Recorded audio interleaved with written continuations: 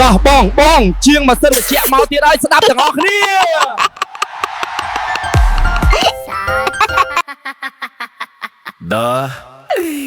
បងជាងម៉ាស៊ីនត្រជាក់មកទៀតហើយ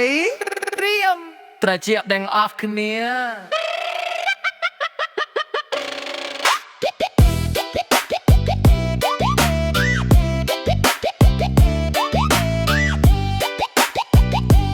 គេថាជាងម៉ាស៊ីនត្រជាក់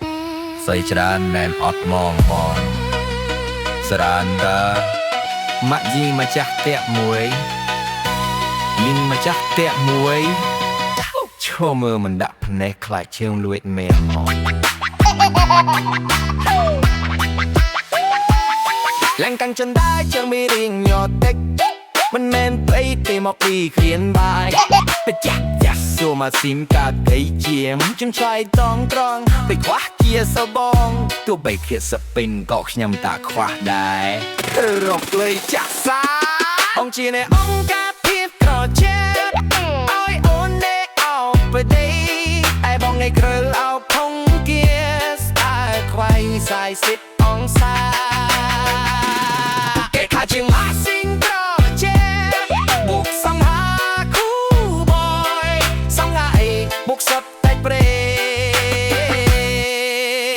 ងដៃសត់តែធូលី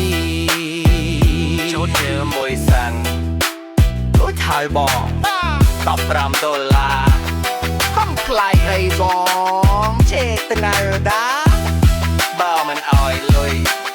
ខ្ញុំរងយកនៅវិញនៅលើ ហៅឡូ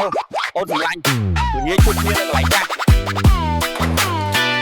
អូខេបន្តិចទៀតបងទៅដល់ហើយ